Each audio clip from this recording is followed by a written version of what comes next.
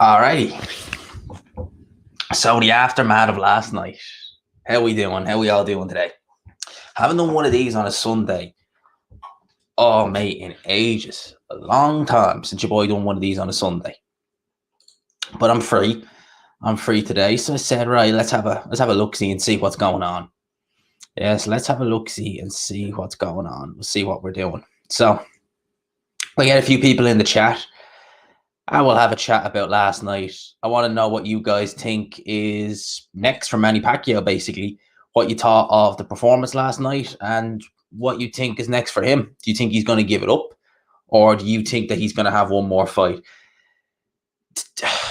I'll wait till a few people get in the chat before I give my 2 cents on it. But I'll be frank.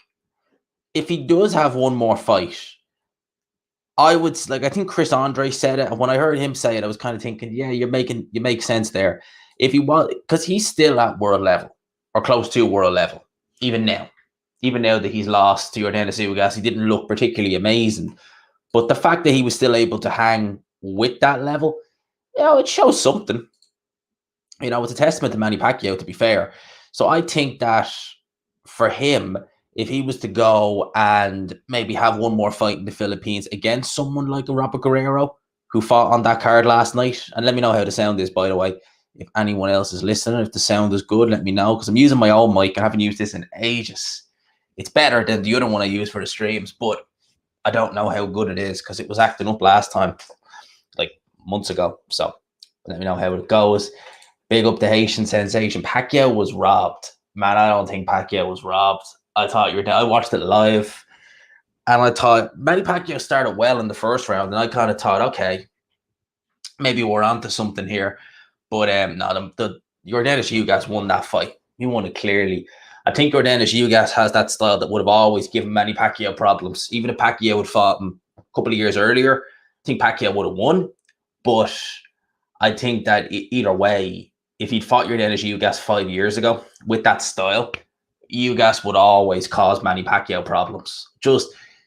He has that awkward style, and believe you me, he'll cause Errol Spence problems too. Yordenis Ugas is a good fighter. He's not got the rub of the green. In some of his fights, I thought against Sean Porter, he should have got that decision, to be fair. I thought he won the fight.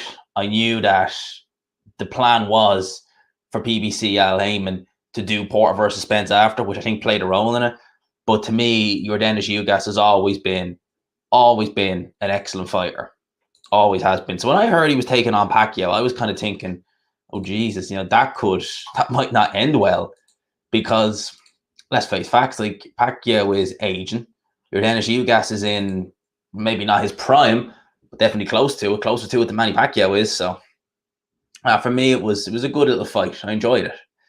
HP, you're finally early. You haven't done one this early in a while. I haven't done a Sunday stream in a long time, man. A long, long time. I think the last time I done one was back after Canelo Billy Joe. I think it's been a while. It has been a while. I started doing those review of the weeks, and they kind of do the everything I want to talk about. But we'll do one. I said I'll do one today.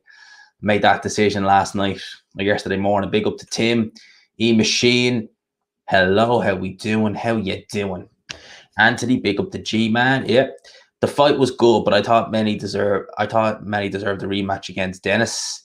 I think Manny deserves a rematch against Dennis. Dennis, Jesus, I'm probably missing now. Who was he fight that was called Dennis? Unless I'm missing someone who was on that card, but no, Manny hasn't fought Dennis or someone like that. Unless maybe you want to elaborate on it. Maybe that was typed wrong. Yo, big up to Sean. Sean's got a little YouTube channel he just started, so big up to him. So if you want, there you go. Sean Hodge has a little YouTube channel. I think he got about 50-something subs, mate. So anyone wants to, big up to him. That's the name of the channel there. So go on over, give it a look. Always give channels a look out, Might retire because of his position in politics. Yeah, it's not ideal. It sure as hell isn't ideal for Manny Pacquiao to be running for an election and, boxing thereafter. I think the way he was after the fight kind of hinted to himself or kind of hinted to all of us that he's probably going to call it quits. To be honest with you, if he went out in the Philippines against someone like a Robert Guerrero because I think, like, obviously Pacquiao would win that fight. That was a fun little scrap between Ortiz and Guerrero for 4 rounds. I watched the fight. For 4 rounds, that was fun. Both guys had regressed. Both guys were throwing a lot of... Both guys... The first 4 rounds of that fight was really, really fun. And then they just had nothing left. You know, they were both finished. And you know something? Victor Ortiz is only 34. I thought he was way older than that. The fact he's only 34, I was really surprised at that. I thought he was much, much older than that. It shows how long he's been around, but to be honest with you, only 34 years old. And considering Yordenis Ugas is 35 and he's in there Pacquiao, to be fair though, Victor Ortiz turned pro in 2004, 5? So he's been around a long, long time. But that was a fun little scrap. So if Pacquiao wanted to fight the winner of that in the Philippines, hey, I wouldn't snuff my nose up to that, and I wouldn't begrudge Pacquiao that, because I think he deserves to go out with a win in front of the Philippines. Imagine the crowds he'd do over there.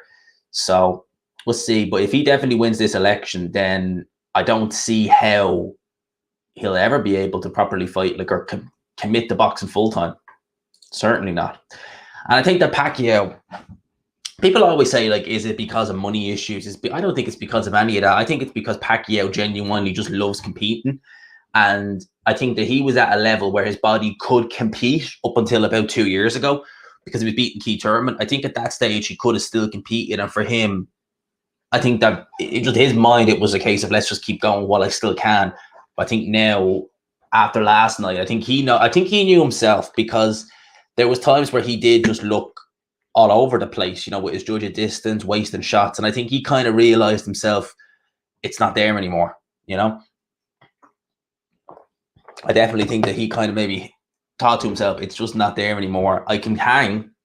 I could beat like a Conor Benn or someone like that, but I'm not going to be able to win at world level anymore. Let's see. Sounds 5G, man. I'll big up to Graham. Thanks for that, man. What about those recent videos, Sean Packin moving fast, almost floating in the air? See, I've said it before. I don't take training videos at face value. I never really have. I mean, if you look at someone like David Haye would always give everything in training to make it out as though he was looking better than he is. If you look at Povetkin prior to the Dillian Whyte rematch, he looked quite, people were saying, well, Povetkin looks great in training. Looking good in training can be so, like, it can be so easy to look good in training. You know, you only take snippets. Put it like this, I've been around pro gyms and I've seen pros do videos with them on the pad or on the bag, and literally they will get the phone out. They'll say to their coach, take a video, and they will give 110% for that 15, 20 seconds. And then and thereafter, they're kind of, they're done pretty much.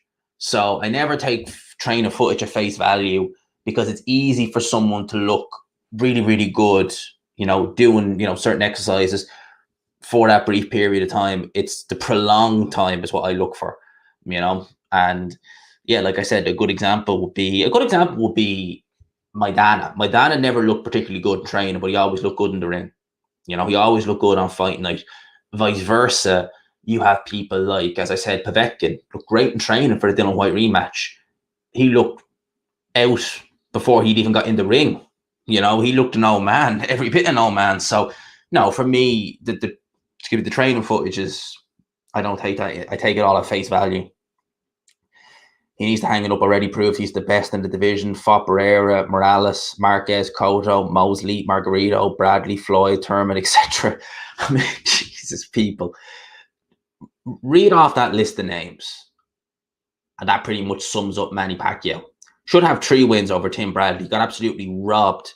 Disgraceful in that first fight. That first fight, the third fight, probably the second fight was the closest, and even then Pacquiao clearly won that. But the first fight and the third fight, Pacquiao won them. Now, he won the third fight, obviously, but the first fight was an absolute robbery. So he should have 3 wins over Bradley. The Floyd fight definitely lost. The Thurman fight he won, fair play. The Margarito, he bashed Margarito up badly, very badly. Mosley, that was a great win. The Cotto win was very, very impressive. 12 rounds. We're missing Hatton because he knocked out Hatton. De La Hoya.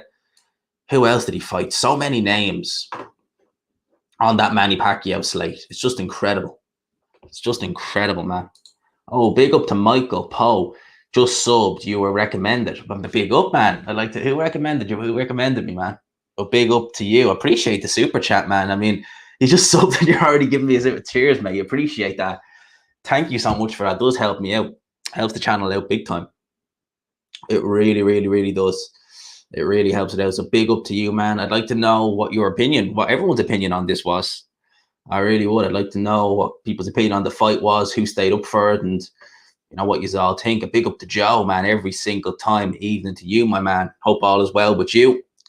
Hope all is very good with you, man. G-Man, do you think Virgil Ortiz Jr. is ready for Ugas, or do you think he might need to do more fights? No, I think Ortiz is... I think he's ready. If he's not ready now, I don't think he ever will be. I think I like what I see with Virgil Ortiz. And for me, if he went in there against Crawford, I wouldn't complain. And I wouldn't rule him out. I wouldn't rule him out at all against Terence Crawford.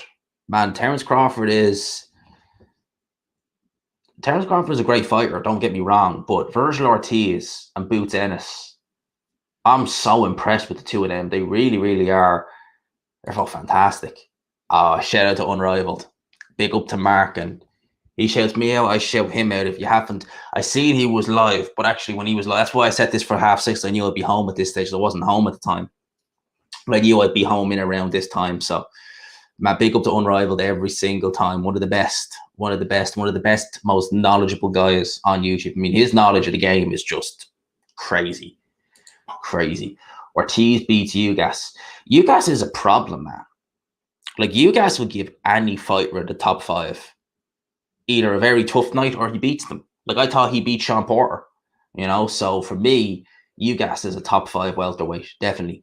You know, I missed a load of comments. I'm going to go back up here and get back to them. Ugas is a good fighter. Give him his credit. Man, his credit is due, man. I said that at the start of it, like when this was announced, I was like, Jesus. To go from Spence to Ugas, it's not like you've gone easy. You know, it's still a tough fight. Ugas top 5 welterweight. Your live streams have been missed. I've missed doing them, mate. I missed the old Sunday live streams. When I was doing them before on Sundays, there was literally nothing going on in my life. All I had was just sit on a Sunday and just wait until the next day. If Spence fights Ugas next, he'll be the best fighter Spence has fought. Besides, he should have beat Porter. Yeah, that Porter fight was real close. Big up to JPK. Man, that's a tricky fight for Errol Spence, man. I'd be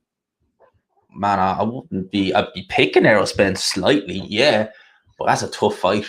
And put it like this, if I was in Team Ugas, I would be doing what Lennox Lewis did, and I would be like, which eye is it?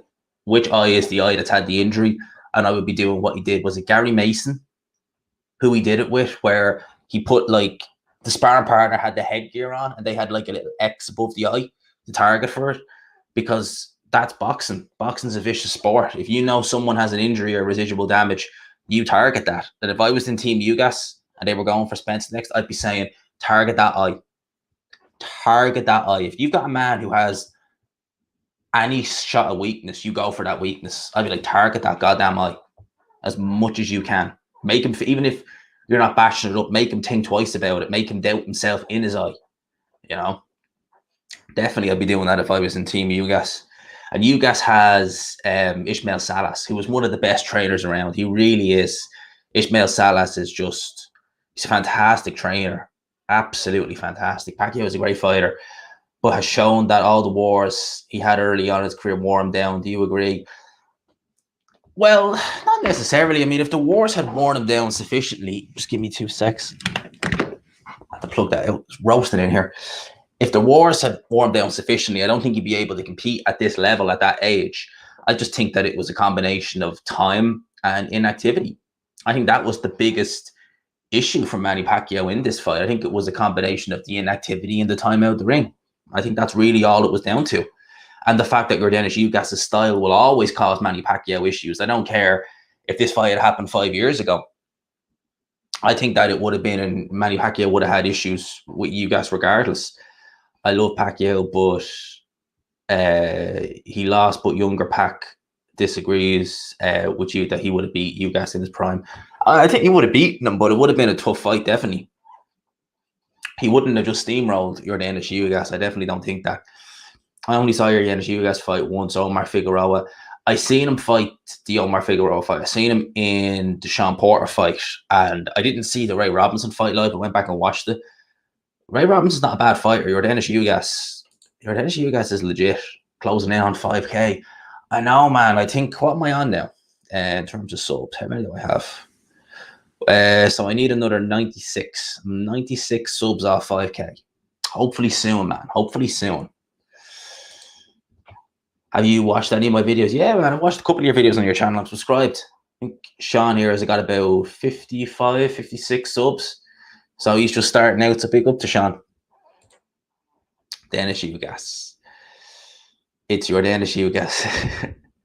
Victor was pro at 16. Yeah, when I heard he was 34, I was like, Jesus. He's been around for years. Big up to Ryan. Shout out to you, man. Father Time is undefeated. Unfortunately, Spence would have sparked him. I reckon Spence would have fought a similar fight to Ugas. I reckon he would have kept it a distance, although I think that Spence would have took a lot more risks and really invested in Pacquiao's body. I think he probably would have. I think Pacquiao would have survived, but it would have been a more comprehensive victory for Errol Spence. Definitely. Ugas took the heir to the throne from Spence. Yeah, I mean, think of it like this. Crawford, how many years? Years and years it seemed like we were hearing Crawford, Pacquiao. Never happened. Doubt it ever will.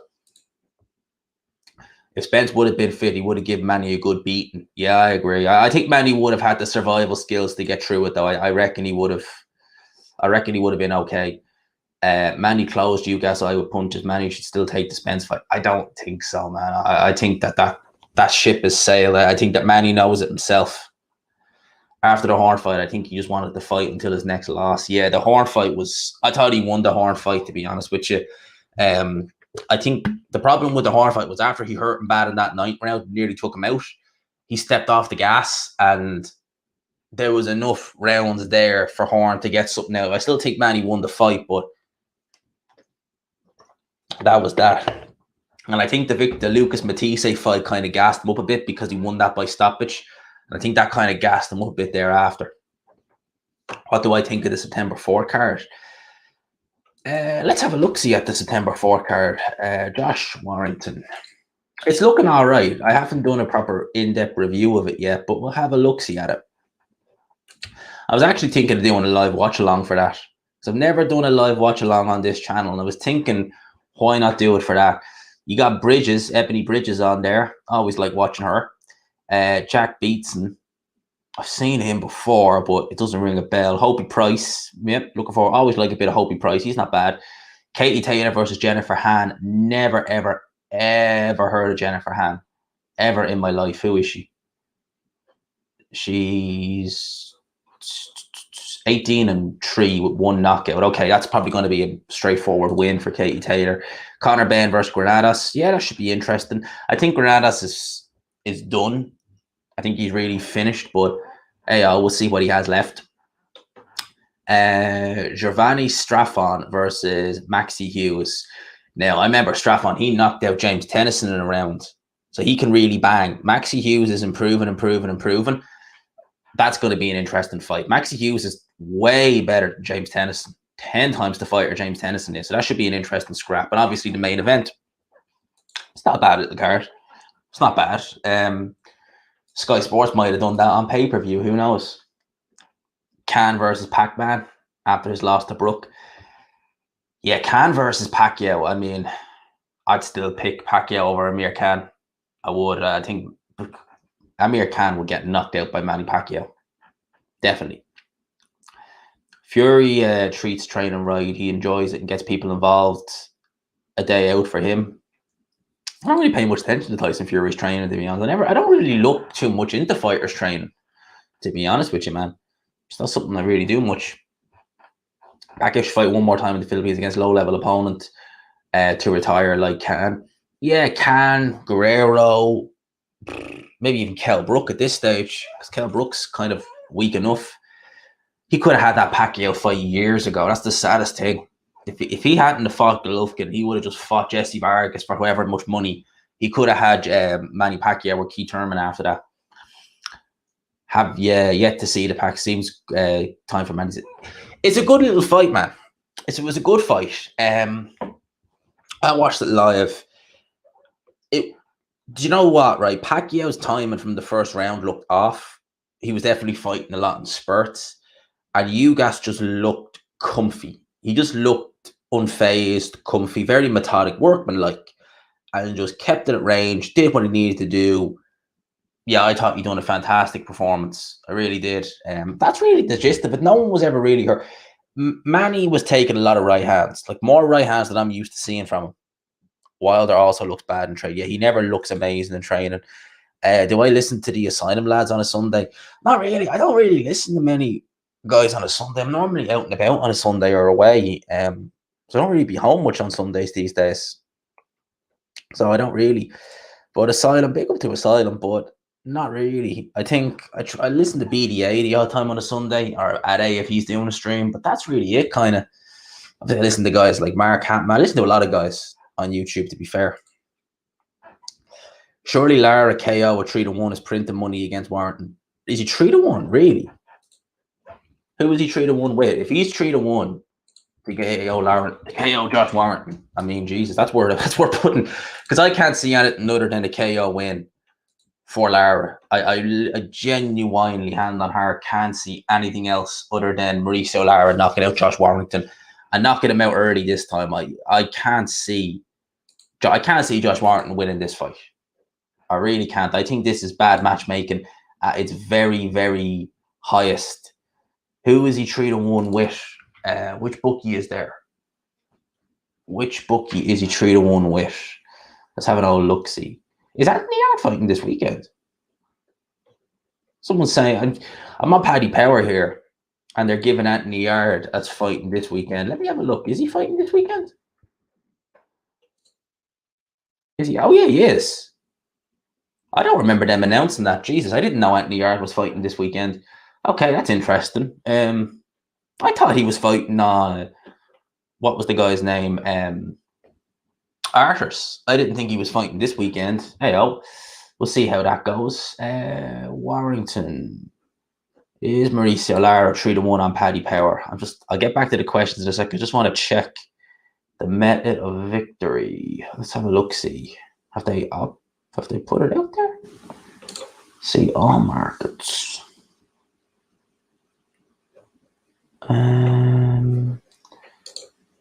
They're not really giving me much options. I'd love to know what's the website where you got the Mauricio Lara to win. If I put 50 quid on him, it's not really. That's interesting. Yeah, that's interesting. If he is 3-1, then that's crazy. That's just asking to win money. Did anyone else realize how small hall our UK shows have been recently after watching last night's action? Yeah, they've not been. Some of the show. Well, Frank Warren's show this weekend, I didn't even know Anthony Yard was on it, to be honest with you. He's fighting a guy 23-5, so it's Alex Terre. So it's not exactly going to be stellar opposition, but that'll get him a win. Genuinely, I didn't even know he was fighting this weekend. This Frank Warren card there's a lot of people on this card, actually, but there's loads of people on here. Jesus. Nathan Heaney, he's fun to watch. He's got some fan base. Leon Woodstock, Anthony Cetus, that's a good little scrap. Akeem Ennis-Brown versus Sam Maxwell. Sam Maxwell's looked so shaky as a pro. Like, so shaky. And Anthony Yard. I'll probably cover the Anthony Yard fight, to be honest with you, just to see if there are any improvements, but I probably won't cover many of them. Might just cover him in the main event, but yeah, I had no idea that Anthony Yard was fighting this weekend. That's crazy. I got a look-see. Jim, I was adamant Pacquiao. I was being a Pacquiao fanboy when I was thinking he was going to knock out Ugas before the 5th round. I made a mistake. Nah, man. One thing I didn't see was a knockout. Ugas has never shown a bad chin. He's never shown punch resistance issues. I want to know what Richard Riakporhe is up to. Yeah, that's actually a good question. I don't know. I'd like to know what he's up to too. Has he fought since 2020? Has he fought since 2020? Let's have a look-see, because I don't think he has when I think about it. Richard Riakporhe. Richard Riakporhe is a decent enough fighter. You know, a bit limited, you know, a bit crude. But let's see. When's the last time Riakporhe fought? Because they've been pushing Billum Smith more than they were pushing Riakporhe. Riakporhe fought Billum Smith in July 2019. And when was the last time we fought Richard Riakporhe? I wonder, is he still managed by Dylan White, or has he left Dylan White? Because you'd think if you were managed by Dylan White, you'd get him out regularly on the cards, wouldn't you? You know, just in my opinion, you know, because Babbage is out regularly, Fabio Wadley is out regularly. Just waiting for his box rec to load. It's taking a minute, but yeah, you'd think if he was managed by Dylan White, you'd get him out more. You know, so it's a strange one. I'll come back to that now in a sec because it's just taking an age. I don't know why. Could be just because I have loads of tabs open at the same time. It could be just taking an age, but let's have a look, see at some of these other questions. Manny should call it a day. Health over wealth. Nothing left to prove to anyone. Yeah, I agree with that. I agree with that. Okay, Richard Riakporhe. Yeah, Jesus, his last fight was at the UD in December 2020 or 2019. Jesus. That's weird to think that he's not even been on any Dylan White cards. That's a strange one. Ugas is a very hard puncher, but lacks the killer instinct. He dropped a lot of guys and missed it. Yeah, some of them do tend to lack killer. Like if you look at Erislandy Lara, some of his, you know, knockouts, some of them, you know, kind of came and went. Yeah, Yildirim fought the weekend, didn't you? I seen that. Did I watch Dwayko and Yildirim's fight? I didn't watch Dwayko. I know Yildirim was on a card in where was he? He was on a card in Germany.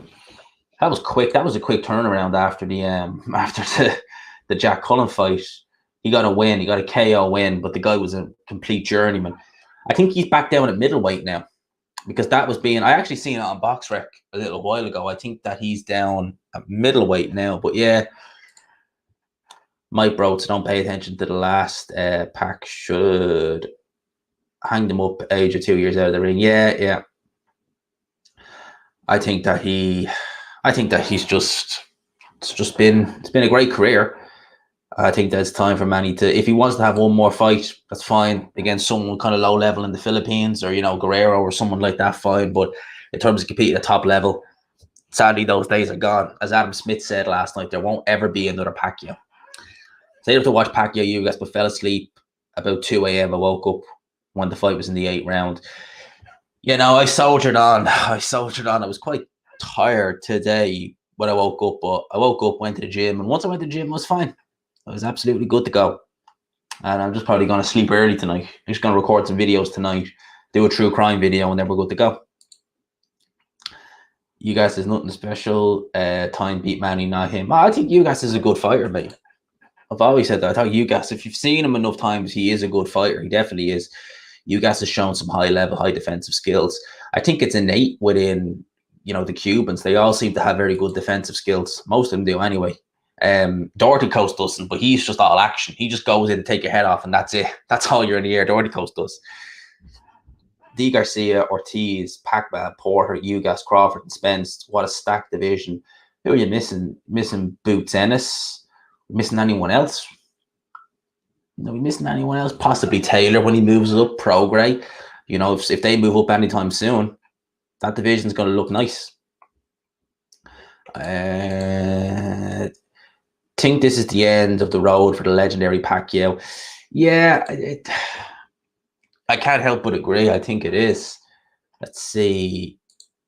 Crawford or Spence could have beaten Pacquiao, but I'm afraid of him still good enough to embarrass them. So hence Ugas. Yeah, look. I think that Spence would have done a similar job to Ugas. Probably would have been more trying to hurt Pacquiao, but I think Pacquiao would have been a lot more defensively cautious against Spence. I just think anyway. G-Man, I don't know what it is, but it seems like Pacquiao promotion know how to book undercards for his pay-per-views, and other promotions seem not to do it correctly. What do you think it is? I don't know. His undercards normally are actually decent, to be fair. But I don't know. I suppose if he's with PPC, Al Heyman definitely would have some influence, definitely. But I think one reason why, like if you look at Anthony Joshua, a lot of the money for his shows go towards him. So his undercards are never normally good because a lot of the money is going directly towards him. Hence the reason why a lot of his undercards can be very weak. Like if you look at the Klitschko undercard, that was a terrible undercard. That had no real fights on it. But we weren't there for the undercard. We were there for the main event. So that could be a reason. Yeah, it is crazy that we're still talking about him in 2021. Put it in context. If Canelo was to do what Pacquiao did, he would need to win, as he didn't win a world title in the 2000s. So he's 2-decade world champion. He'd need to win or have a world title, I believe, could be wrong about this, but in 2040 to do. Imagine that. Jesus, that's crazy. He'd be in his 50s then, wouldn't he? He couldn't do that. No way. Yeah, Straffen gave Tennyson the hiding. Yeah, that was always going to come back to bite Tennyson the way he fights. James Tennyson fights with his hands down, and he can match with guys who weren't punchers, and all he was doing was going in there and trying to overpower them, land his shots, take a few from them. When he went in there with someone who could actually punch, that fell apart fairly quick, didn't it? That whole game plan really went out the window. When are Sky going to do UK cards? I've heard some rumors about Sky that they're getting an announcement in the next few weeks with regards moving forward with some shows. At the end of the day, I think they probably didn't expect Eddie. I'd say deep down they probably did think that Eddie Hearn was going to stay with them. And I think right now they're kind of just licking their wounds a bit because who do they really have to work with? I know they're doing that deal with Boxer, but who do they have with them that could, sell? And I did find it funny. Like I was listening to I watched the Sky. I got a stream for Sky last night, and I did find it funny that like normally when they're talking about like the welterweight division, they always would chuck like Josh Kelly, Conor Benn in there. And there was not even a hint of any like matchroom fighters where they even talked about. They didn't even hint at any matchroom fighters because before, if you had a big fight that was a welterweight that Sky bought, they'd always chuck it. Remember our own Josh Kelly. Remember our own Conor Benn. There was none of that. I think the only name they mentioned was Josh Taylor. That was it. Jimmy Pacquiao decides to retire. Who do you think is going to replace him as the next superstar coming from that part of Asia or the Philippines? They've been trying with Ancajas, but he's not really been the most active. I don't know about Casemiro, how much longer he's going to be around. Is there any up-and-coming fighters from the Philippines? There was that Filipino fighter last night who was on the undercard who knocked out that guy. What was his name? Jesse something. I'll get it now. Possibly him, but it's crazy to think that the Philippine fans, they really do look up there for like if you could do a video on Ancajas or someone like that and it'll do crazy views and you'll gain like 100 subs from it. They'll be all Filipino fans. Now I don't like doing that because it's kind of false growth because you don't get much retention in it. You don't really get retention at all. Like they'll look at your videos on Filipino fighters, but they won't look at any other ones. But he could be an up-and-comer. His name is Mark Magiaso. Right, he's from the Philippines, 23 years old, featherweight. He's looking all right. He got floored himself last night, but for the most part, he was looking quite good. He could be one to watch, definitely. Crawford or Ortiz, neither of them are definitely trash. Yeah, she does. Yeah, that's the way they match her, to be honest. She goes from one tough fight to an easy fight. They don't match her. It's weird. Like, yeah, they've always done that where they'll do like a tough fight. I'm not the biggest Katie Taylor fan, to be honest with you. I'd sooner watch Savannah Marshall or Ebony Bridges than I would watch Katie Taylor, to be honest with you. I think the body shots hurt Manny. Yeah, he definitely wasn't liking them. And he was complaining that a lot of them were low and some of them definitely weren't. Yeah, shout out to BDA. I do like BDA. Big up to him. Galahad versus Lara early next year. They do it. Galahad, I'd make him favourite over Lara, but definitely Lara he's better than his record suggests. I probably would still pick Galahad over Lara. But yeah, I think he's going to beat Warrington. I reckon they'll do that. Potentially Lee Wood, but probably Galahad. Although I'd say Lee Wood and Lara be probably a more entertaining fight. So try that. Turman should target Ugas next to get redemption for the Manny Pacquiao loss. Thurman, I like Keith Thurman, but he's just been so inactive. So inactive. Against 2 yard. I think I said it. The guy's name was like, I forget the name now, but he didn't have a great, I think he was like 20 something and 5. So it wasn't exactly the most stellar opposition. I know of him. I don't really watch his videos, to be honest with you, mate, but I know of YB. Smash the like button if you could. I've got 52 in the building. If you could, please help your boy out and smash the like button. It gets the channel more recommended in the algorithms, so it definitely helps your boy out. 27 likes. If I can get to 30, I'd be a happy G. It just means the channel gets recommended more. People are more likely to subscribe. We can get to 5K quicker. I was about to say I prefer Marshall to Taylor, but you beat me to it. Yeah, there you go. Savannah Marshall is fun to watch, and she goes for knockouts. She goes for knockouts. That's what I like about Bridges as well. Bridges is someone like that. She goes for knockouts as well. And you can definitely tell she does have a bit of pop to her punches. That's why I like the two of them. They're both fun to watch. You know, I still think she lost both Pursuit fights. Yeah, I think so too. The first one, definitely she lost. The second one, I personally felt she lost the second one as well. I agree with you there. But I think it was a lot closer. I didn't have as much of a problem with her getting the decision. The second one, I personally felt she lost it. But I can let that one slide. The first one was just, yeah, that first one. Oh, mate, that first one was just yeah, oh, Lord. That was bad. That was really, really, really bad. That was a real bad decision. Yeah, nor I. But at the end of the day, we don't expect much. We can't really be, we can be pleasantly surprised if they're good. But I'm not expecting exactly much from those cards. I'm not expecting much from the new Sky cards, to be honest. It's kind of going to be like, do you remember when Frank Maloney, Dave Colwell and all were doing Friday fight nights?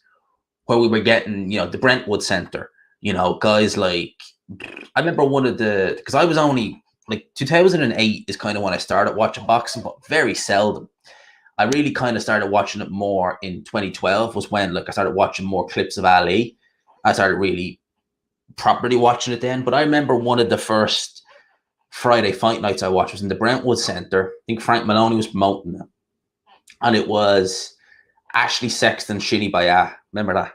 And these were like Sky Fight nights. They were all on Friday, but this was what they were. That was the best they could get, realistically. So I reckon we're kind of going to go back to that. Those fights weren't horrible, to be fair. Like, they weren't. If you ever watched Ashley Sexton, Shinny Baya, it's actually not a bad fight. But yeah, that's kind of what it was in the 2010s, early 2010s. Till Eddie Hearn came along, and it improved immensely then. But I reckon we'll have something like that, where we're seeing these kind of glorified small hall shows. That's what I'm thinking we're going to get. Glorified small hall shows. Savannah versus Clarissa, who wins? I think Savannah Marshall will knock Clarissa Shields out, personally. That was on the same card. I seen bits of the Joey. I thought Joey DeWaco would go the full distance, to be honest with you. I did, because he normally goes the distance. So yeah, I was a bit surprised, but I picked him to lose on points as well. Gee, man, why does it seem one pack of promoters book the undercard of his pay-per-views? They know how to do it, but I think I read that. I already read that. Do you think Taylor can win a world title at welterweight? Yeah, I do. I definitely do. I definitely think he can. I wonder kind of how long guys like Spence and Crawford will be there for. Crawford is Asian, so you never know what might happen there. Spence could move up because he's a big boy at 147 pounds. Ugas versus Taylor, that's an interesting fight. That's a real interesting fight. Who else? I'm surprised the IBF haven't stripped. Well, to be fair, they haven't even called a mandatory. So, ayo. What's your next true crime video about? I've got 2 this week. So I researched both crimes. I wanted to do another cartel video because the last one done real well. And shout out to Disturb Reality for the shout out, by the way. It helped. So going to do one of them this evening. There was a murder in the US in 2009. Familicide. For those who don't know what familicide is, it's when a person kills their family, basically. And it was a couple. Well, a father killed his wife and 2 daughters, and the mother-in-law spared the son because he liked the son. And he was a classic, how do I describe him? He was a psychopath, but he was one of those guys who he had to keep this. I'm not going to give too much. I'll let you hear about it during the week because I'm going to upload it probably on Wednesday or Thursday. But he was someone who did everything he could to portray the happy family image, where behind closed doors there was anything but. He was controlling. His wife couldn't do anything. She couldn't spend her own money. She wasn't allowed anything. And every night at 8 o'clock, bang on, he made her have sex to the point where she just said, I don't even care anymore. Just do it. And when she left him, he went knocking, basically. I'll talk about it more. It's a good little video. It's a good little subject. Yeah, it's a good little subject. It's a pretty weird one. When you start researching these crimes for that second channel, you start realizing just it is crazy. Like that last one I done about the Chohans, that was crazy to research. And it's, you don't hear. I was 10 years old, 2003. I don't remember hearing about that at all. Even when he was sentenced, they were sentenced in 2005. I still don't remember hearing about that. When you research them, you're just like, holy shit. Yes, look who's in the building. Speak your mind, sport talk. Your man D back. D Jeff in the building, my man. Big up to D Jeff. If you haven't, 51 people in the chat. If you guys haven't, I'll even pop the link in the chat myself to D's channel. Best morning show in the YTBC. It's always normally about 12:30, 1 o'clock. Again, over here when his channel like goes live, but I listen to it pretty much every day, man. And if I'm ever free, I'll definitely go on it. But link there in the chat to D's channel. If you could go over and give him a sub, one of the best around. Definitely one of the best around. Chohan Murder was a pure psychopath. Oh yeah, he was a freak. He was just one of them guys who was just, to be honest with you, his kind aren't that. Obviously, the crime he did, yeah, very extreme. But if you heard about what I talked about, how he portrayed himself, that's not uncommon amongst guys like that.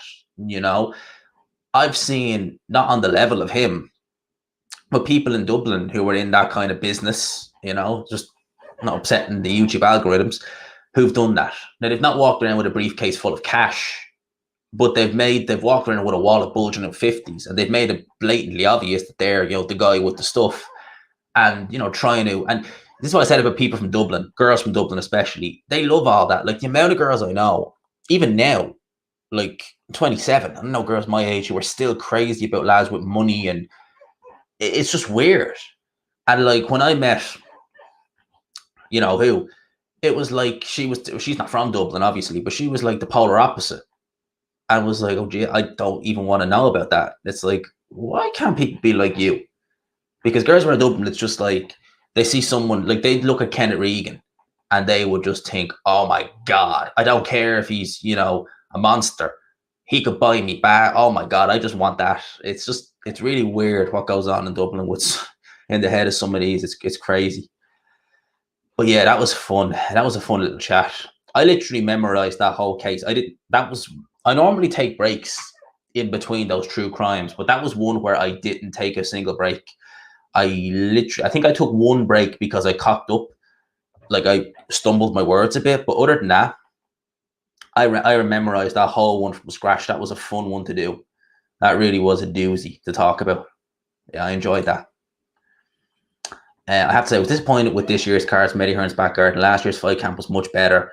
Hearn DAZN's career. Yeah, I agree. I said it at the time. They were much, much, much better last year. I don't think there wasn't a fight camp card last year that you could turn around and say was bad, like really bad. They all had competitive fights on it. They all had good fights, and they were all entertaining. This year, it was like, it was weird. He had so much more time, and he had a big budget, and it was just like there you go, kind of. It just wasn't really anything, you know. The last week was terrible, terrible. The second week wasn't too bad. You know, he put a lot of heavyweights on that card, but the last week was like a glorified next gen show. I don't really like that. I didn't like it. I think he's definitely going to try and up his game moving forward with the DAZN. But do you know what I noticed? When, like last night, Pacquiao was trending on Twitter, and during his Sky shows, he'd always be trending on Twitter. None of those DAZN shows trended at all, so people weren't really talking about them. And one thing I found hilarious was watching those DAZN shows when the ads would happen during the like in between rounds, and they were advertising DAZN to everyone watching DAZN, which I thought was hilarious, because if you're watching it, you're already subscribed. So why are you advertising it to people who are already watching it? I had to laugh at that. I did. I laughed. I giggled a bit at that. But yeah, that was kind of, I'm sure he'll improve. I'm sure the whole DAZN thing will improve, you know. They've got some good people in there. They need to change up a few things, I believe. You know, get a certain Harley Quinn. And I'd be making Ali Drew. I'm just going to say it. I'd be making her main presenter. She is very good. I'd be making her main presenter straight away. She's easy on the eyes. She's a good communicator. She understands boxing.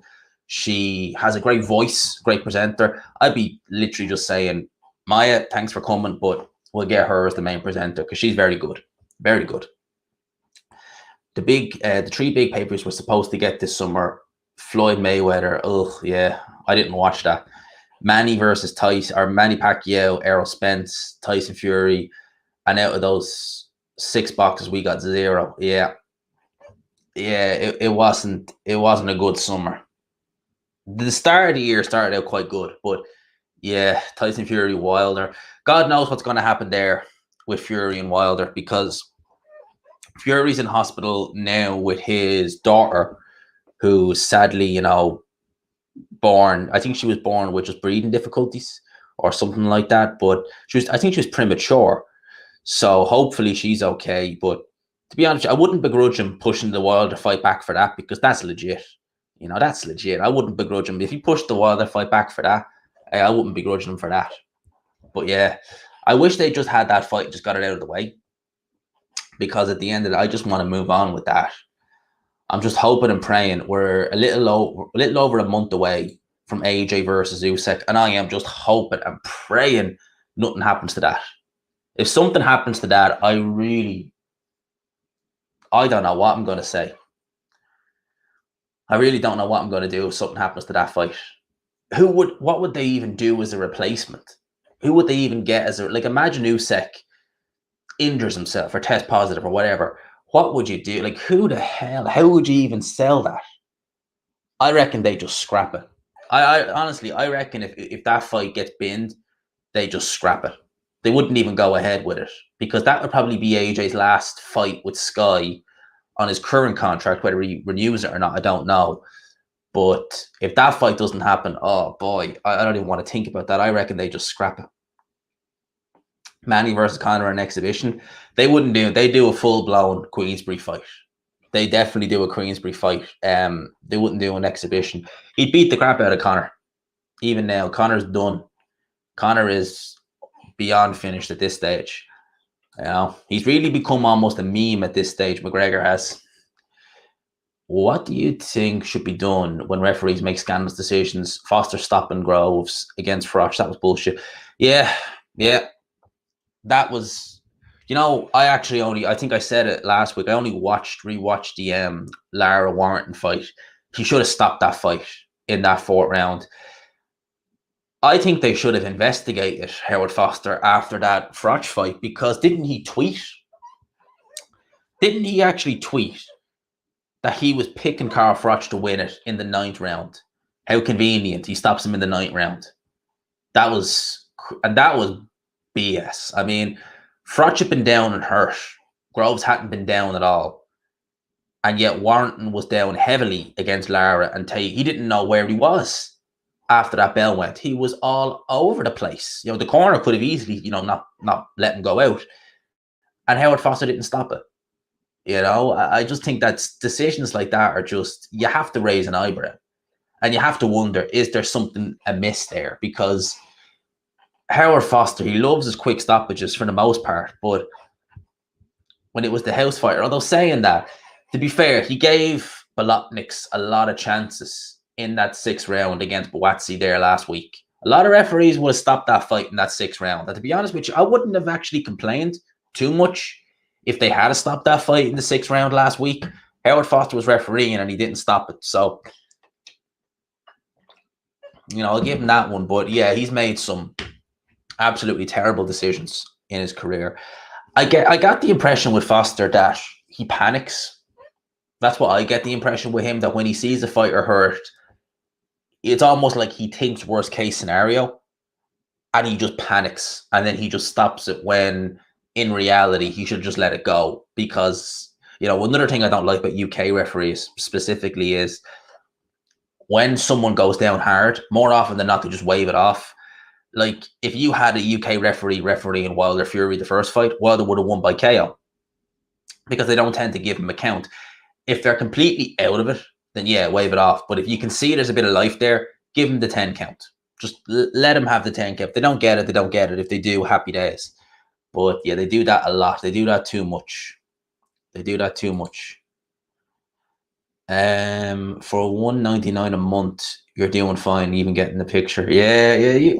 They're going to increase that price though. The price is incoming. It's increasing, definitely. Has been heard about the 2 boys from Ireland. Yeah, that called it a Polish. Well, it was a girl. Yeah, I heard about that. Of course I heard about that. I mean, I remember it well. I remember when they broke the news about that. That was crazy. I've not really researched indefinitely into it, mate, to be honest with you, but I will, because it's a pretty, I don't know if people in the UK have ever heard about it, but use will. I'll cover that eventually. It's a pretty bizarre one, to be honest with you. And I still don't know I don't know the ins and outs. I know it was bizarre, very bizarre. Josh Taylor would wash Ugas. Don't know about that. Don't know if he'd wash Ugas, but definitely it'd be a good little interesting scrap. Definitely. People forget Manny isn't even a proper welterweight. He spent the last 10 years in the wrong division, fighting bigger men. I think that Manny, his best weight is probably between 135 to 140. That's his ideal weight. Realistically, I think that would be where, if he wanted to be at his best, he should campaign there, or he should have campaigned there. But hey, he's done well at welterweight. You can't say he's not done well. His punching power has definitely gone up through the weight classes with him. I mean, lest we forget, he started as a flyweight, a malnourished flyweight, finished his career at welterweight. Put it in context. I would be amazed if Naoya Inoue fought above featherweight. I'm absolutely amazed if he fought above featherweight. Manny Pacquiao went from, okay, Naoya Inoue started at light fly, but nevertheless, he still went, he'd be looking to go featherweight and that's it. Manny Pacquiao went to welterweight. It's crazy. G-Man, do you think a fight between Navarrete and Leo Santa Cruz ever happens? No, because Navarrete is top rank, Santa Cruz is PBC. They don't seem to want to do any cross-promotional fights. Leo Santa Cruz at 126 against Navarrete wouldn't be too bad. I'd pick Navarrete. I think Leo's seen better days at this stage. Manuel Navarrete is a great fighter. Really, really good to watch. I remember there was talk, was Michael Conlan his mandatory at one stage for the WBO before he went the WBA route? Michael Conlan would have absolutely got his head torn off by Emmanuel Navarrete. Emmanuel Navarrete is a very good fighter. He's probably the best at 126. I really couldn't say I'd see anyone beat him at that weight division, to be honest with you. He was brought in against Isaac Dogboe a couple of years ago, unknown. No one knew who he was. No one heard of him. And he went on and he beat the crap out of Isaac Dogboe. And then he stopped him the next fight. So, yeah, Navarrete is a great fighter. I'd rather watch Joe Joyce versus Usyk than AJ versus Usyk. I would rather watch AJ versus Usyk personally. But either or, both fights are good. Both fights for me are very good. Josh Taylor busted up Porter and sparring after 3-4 pro fights, according to the Kent hardcore off Porky's Corner. Porter, old man, lost his shit. Josh Taylor, early on, you could see he was a cut above. You could see it early on. I remember when he fought Dave Ryan for the Commonwealth title, and Dave Ryan was limited but tough, durable, never been stopped before. Well, he had been stopped once, but that was an injury. And Josh Taylor just blew him out of the water. I mean, for me, at that stage, I was just like, whoa, this guy is the real deal. But saying that, I thought O'Hara Davis was actually quite good at the time. I remember thinking that fight's going to be competitive. Boy, was I wrong. Boy, did I get that wrong. Oh, man, I got that way wrong. I mean, one's undisputed champion and the other, I don't even know what O'Hara Davis does these days. If Usyk pulls out, then Joyce or Yoka come in as replacement. Yeah, but we're only, a month away? So if one or the other does end up pulling out, I can't see either. Well, Joyce, I don't think would go in on such short notice, and likewise Yoka. I couldn't see it. I just could not see that. I think if one of them pulls out, they'd probably scrap it. You know, well, definitely if AJ pulls out, they definitely scrap it. But I think that if not Joe Joyce, but I think if Usyk pulls out, they'll probably scrap it too, because I think they'll just be putting too much money in AJ Usyk to do anything else. I really hope neither guy pulls out. I hope we get this fight because it's a good fight. So do you think there's a better chance of seeing Stephen Fulton versus Navarrete? Again, Stephen Fulton's PBC as well, isn't he? It's just, I just have a feeling that it's gonna be very hard to see PBC top rank unless it's a massive fight. Like, I mean, AJ or Fury Wilder, yeah, we'd see it. Massive fight. But I think, and to be honest with you, the only reason we're still seeing that is because of contracts. I think the first time around, Fury wasn't even with Top Rank. He was with Frank Warren exclusively. Obviously, the rematch got called. That's when he went with Top Rank, and they kind of had to. But I think that PBC are the kind where they don't want to go down with other promoters. They don't have to. And I think that's something we're going to see. Stephen Fulton is fighting is it this weekend or next weekend? I think it's next weekend he's fighting. Stephen Fulton's a hell of a fighter. Hell of a fighter. Shout out to Tony Boswell. Big up to you, my man. Much respect, G-Man, at the chat. Had to resubscribe and the notifications. The notifications are weird. I always find that if I do a live stream, the notifications are a bit hit and miss. But if I just do it normally, they tend to be okay. I'll never understand the notifications. I'll never, ever understand it. But, look, as long as people get them, I really don't mind. But big up to Tony every time. Appreciate you locking in, man. Joyce needs to be more vocal and call out Dillian Whyte. I think he beat Dillian Whyte personally. I'd be picking him over him. I think with the jab, his physical strength, punching power, I think that Joe Joyce would beat Dillian Whyte. I'd like to see that fight. Joe Joyce is not the most vocal character. I think that's why they have Sam Jones there. He's the voice for Joe Joyce. Joe Joyce is just not that type of guy on camera anyway. I'd love to see him versus Dillian Whyte.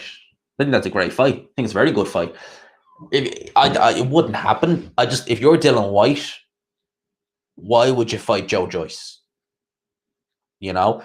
Why would you fight someone who's as dangerous as Joe Joyce if you want to get a mandatory title shot against Fury A or Fury Wilder, the winner? You know, I don't really see why Dillian Whyte would take it. If he did, I'd be surprised. And I wouldn't pick him. I think Joe Joyce would stop Dillian Whyte. I think the jab, I think he'd work him over with the jab. And I think that he'd just be too physical for Dillian Whyte. He'd outman him. And that's mad to say. Dillian Whyte is someone who is very physical. But I think Joe Joyce is just an absolute brick house. I mean, Dillian Whyte lifts a lot of weights. You can tell that, like, you know, he's heavy, but he's not naturally heavy. That's not his walk around weight. If he was to just train normally, God knows what he'd weigh. Joe Joyce is just sturdy. He's just a naturally big, sturdy. He's just huge. Pacquiao's been up to 154, absolutely mental. Yeah. Margarito. I think he was only like 150 or 151 for that fight. But yeah, absolutely mental that he's been up that high. And he beat the crap out of Margarito in that fight. Oh, Russell Jr. I mean, Jesus. Who is Russell Jr.? What? Jesus. Gary Russell Jr. was a fighter years ago. And I mean years ago, you looked at and thought, okay, this guy is good. And I mean, since 2014, he's had one fight a year. And he's not going to have any fights this year, I'd say. Absolutely just. But to be fair, like if you're Russell Jr. and you're getting paid like 1.2 million a fight, where's the incentive? Because they do pay good PBC. Where is the incentive to fight? You know? Who should Alan Babbage fight next? Cash Ali. Cash Ali, I think. I think him and Cash Ali makes sense. I drink so much water doing these lives. I think that would be fun. The build-up would be fun. I love watching Alan Babbage fight. But I'll be frank, I think Alan Babbage is a car crash waiting to happen. I think he has got accident written all over him. And bear in mind, I love watching him. I love watching Alan Babbage fight. I'll gladly watch Alan Babbage fight anyone. But I just think he has accident, knockout written all over him. In my opinion, anyway. I mean, he could prove me wrong, but I don't know. Canelo versus Plant, can't wait for that one. Yeah, that one's going to be fun. You know, I would rather see him versus Bivol, personally. But I'll take the Plant. I'll take Undisputed. I think he's going to beat the living crap out of Caleb Plant. In my opinion. You know, in my opinion. Yeah, that's a good... Dave Allen coming back next week. I mean, just... You know... Dave Allen, like... For what? I say this as someone who doesn't want to see a fighter get hurt. Dave Allen has taken some hellacious beatings. And he still is cognizant to an extent. He should quit while he's ahead. He's made some money. He's not been seriously injured.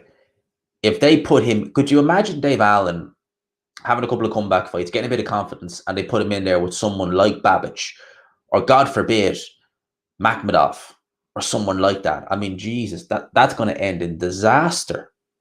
And you know what? If you're Frank Warren and you're promoting Daniel Dubois, I'd be saying to Dave Allen, like, and I know this is, I don't want to see this, but if I was a promoter and I was with Daniel Dubois and I was trying to build him back up, you know, defend that interim title, I'd be like, here, let's have an interim fight with Dave Allen. You know, why not? Top of the bill, BT Sport, give him a couple of $100,000. People know Dave Allen. There you go. I mean, like, if I was a promoter, and I'm glad I'm not, I'd be doing that. And I hope that doesn't happen. I hope he has a couple of fights, realizes, you know what? There's a world outside boxing, and then just be done with it. Because I don't want to see Dave Allen getting horrifically injured. Put it like this: when he fought Lucas Brown, and he was getting hit with them uppercuts, I was just thinking, not that the uppercut would knock him out necessarily, but I was just thinking, you can't. This is someone who can't afford to take shots he doesn't need to, because you're worried about what's going on up there in the head. Do you know that sort of way? Yeah, the Dorian Darch fight, that was, a few people were saying that was fixed, because was it Dave Allen or someone was telling people to bet on the third round, and he didn't do anything for the first two rounds and then got him out in the third. Yeah, people were suspicious. I remember my mate Niall O'Connor. He was a good fighter. He was actually fighting on September 4th in Belfast. I remember he WhatsApped me as soon as that fight ended saying that was a dive. And I found it ironic that a few days later people were saying, you know, inquiring that it was a dive. Do you remember when Ortiz fought? Yeah, I remember that well. That was on the undercard of, was that on the undercard of AJ Molina? Remember that well, yeah. He took a beating in that fight. He had the tongue cut. And I remember Dave Allen when he fought Dylan White. He didn't take much of a beating then, but the writing was kind of on the wall where he was going to go after that. It should be made illegal for Dave Allen to step in the ring.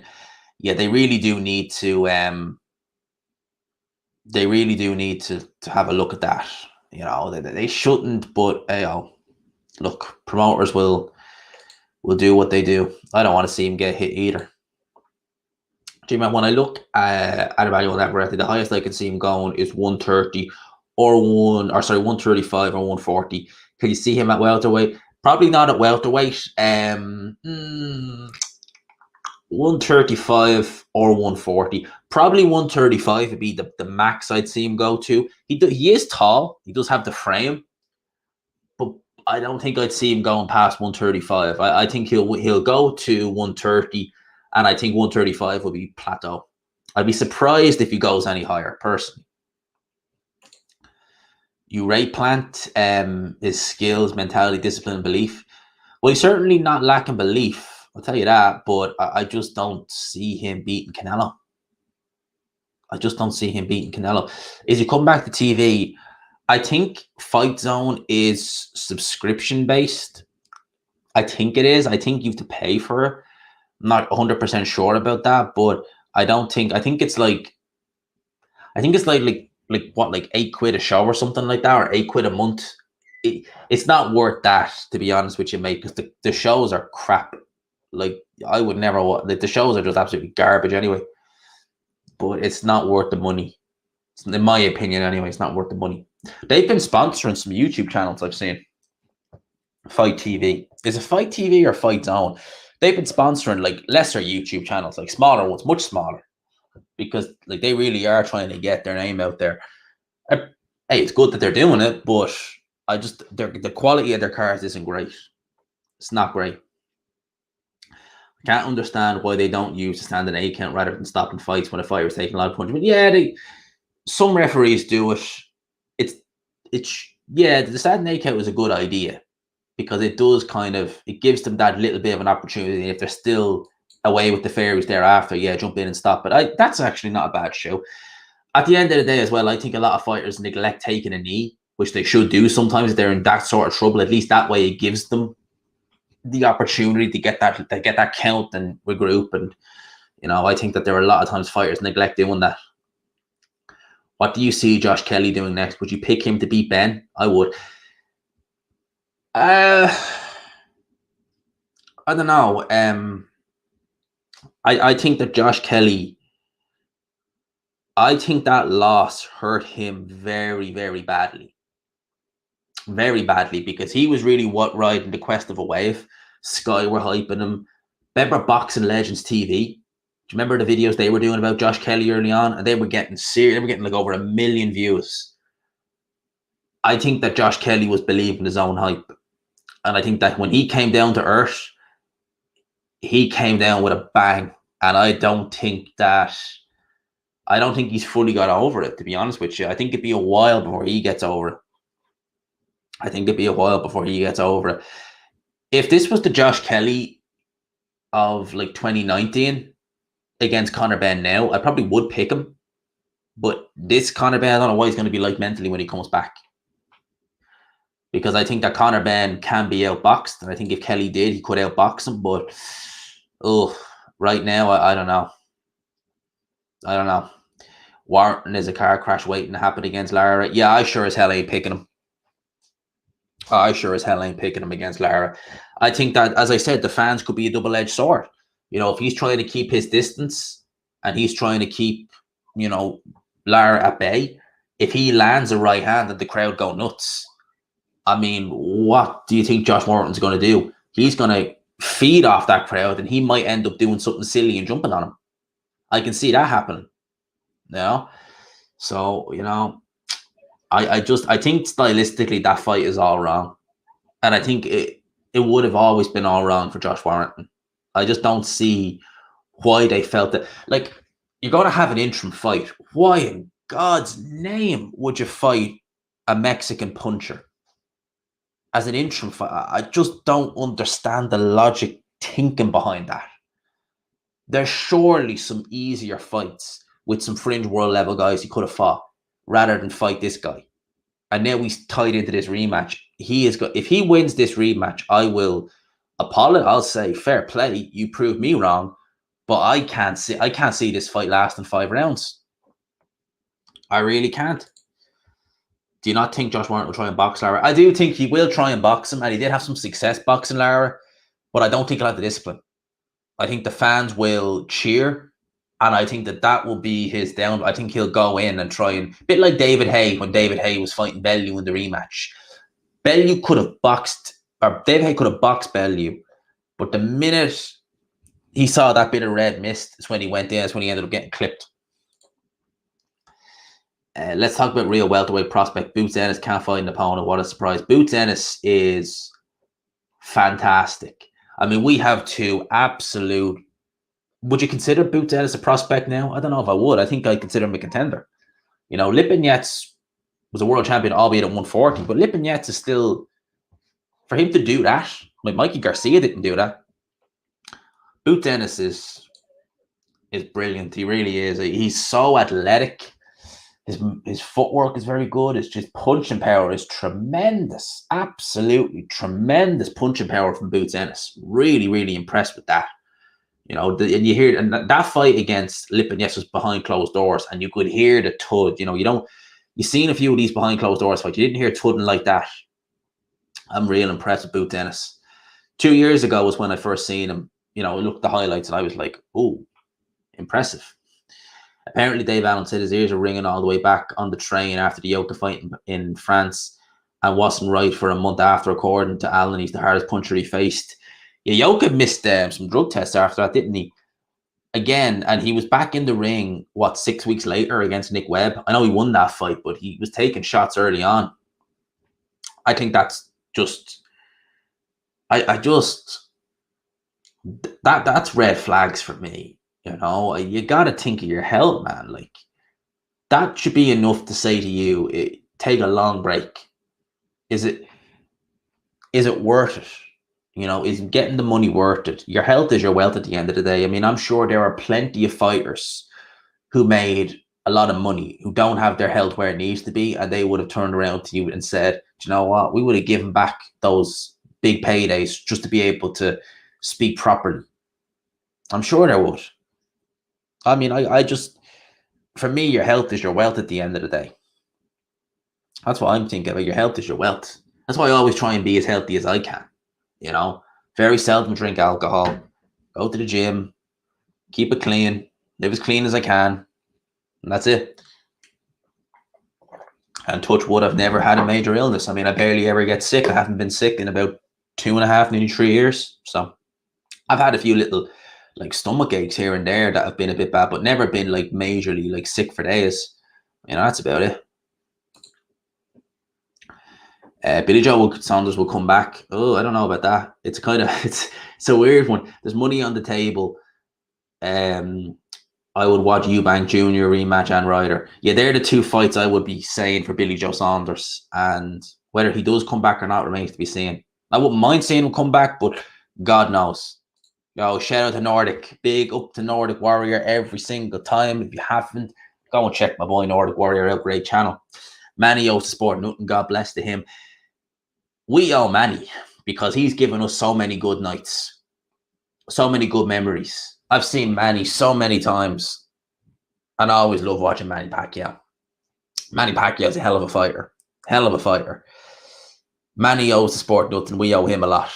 We owe Manny a lot. I mean, Manny Pacquiao, geez, what more do you want to say that you can't already be said about him? He's just a great fighter. He's a hell of a fighter. Hall of Famer. ATG. Eddie is 0-2 in immediate rematch. Is going to take an L this time. Or 2-0 in immediate rematch, taking an L this time. Yeah, he's definitely taking an L. He is definitely taking an L this time in this immediate rematch. I don't understand, again, why you'd even have an immediate rematch for someone who was a non-title fight. I think this is just going to be, oh boy. Like, I'm thinking of doing a live watch-along for this whole card just to see. I will see how it goes. I don't know how I'm going to work a live watch-along because I don't know what way to do a thumbnail. I don't know how I'll do post-fights. I'll have to stop. Well, not stop, but I'll have to leave like StreamYard to do a post-fight for a couple of the fights. But I'll figure it out as I go along because I'd like to try and do a live watch-along just to see how it goes. But we'll work out. We'll work something out. I'm intrigued, but I think it's a great fight. It's not an easy fight for Spence. It's a tough fight. It's a very tough fight. And I was saying earlier in the stream, if I was in Team Ugas, I'd be saying, right, if we're sparring for Spence, go for that eye. Like, bloody do something to your sparring partners to make it like almost if they have a target there to go for that eye. Ennis looks like a well-schooled veteran. I can't think of another modern fighter under 25 more natural talent. Yeah, he really is. He's very... It jumps out at you straight away, doesn't it, when you see him? Just the movement, the footwork, the punching power, everything about him. His just athleticism. Probably one of the most naturally talented fighters I've seen in a long, long time. And at the end of it, he's only, what, 23, 24? There's a lot more to come from Boots Ennis. I think he is fantastic. Him and Virgil, the two of them, the welterweight division is in good hands with them two guys, because both them coming up, you look at them and you were just thinking, what the hell? Like, where did these two come from? Because they're both fantastic. I just think they're just... as long as we get good fights about with them, the welterweight division is in good hands.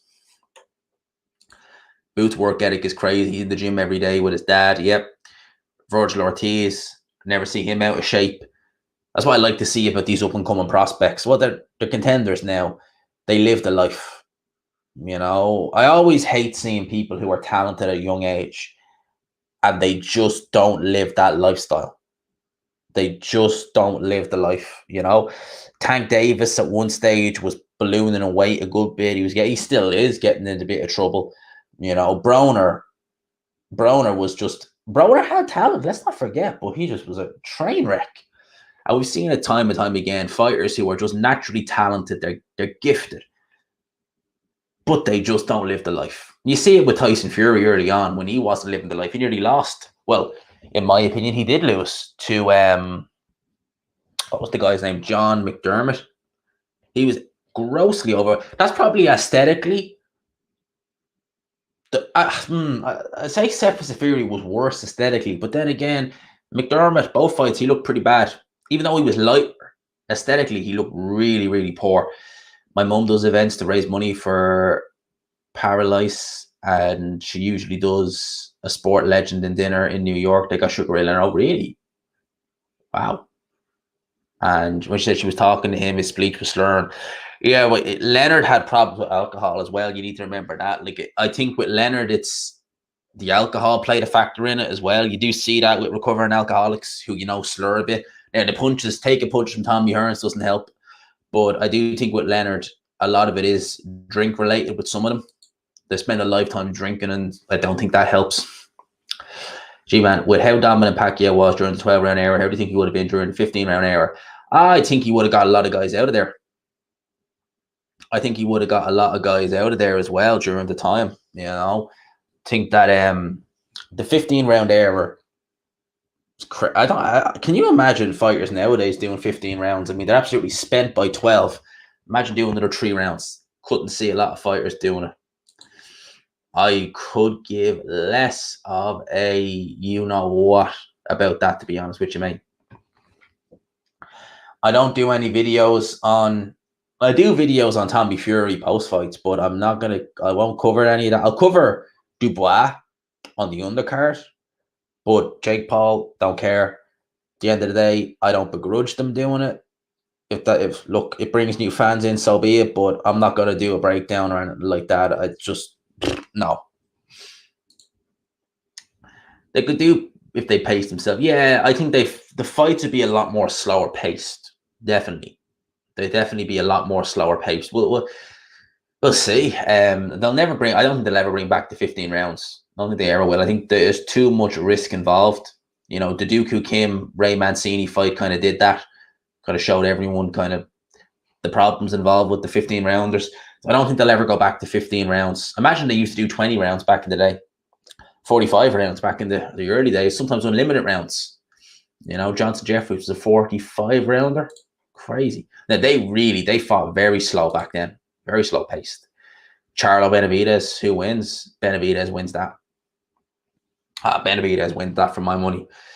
Jamal's good, but I think Benavidez at 168. I think he beats Charlo, personally. All right, Pete, I'm going to call it here. Done over an hour and 20. I only wanted to do an hour. I got to do a talk this week of boxing, a review of the week. Big up to Nordic, E-Machine, CG. Been a while, CG. Big up to Sean. Seen D. Jeff was in here earlier. Got to give a big shout out if he's still in. Yeah, there you go. Speaking my sports. For the love of sports, let's talk about it. Got to big up all these guys. Tony, big up to Joe every single time, my man. Big up to you. So, yeah, lads, I'm going to call it here. Hope y'all enjoyed it. You know, it was a fun little chat. Another Sunday live in ages. Missed them. I do miss them. And I will try and get some more. Maybe even they're live this week. But I'm going to go do some videos now for tomorrow. So you get a true crime and a review of the week vid. So there you go. You get something there. And for now, happy Sunday. You'll get a vid tomorrow. We'll see you then. For now, lads and lasses, if you could, smash the like button on the way out. Big up to everyone in the chat. It's been good fun. Peace. And before I go, take care. Be good. Big up to you, Joe.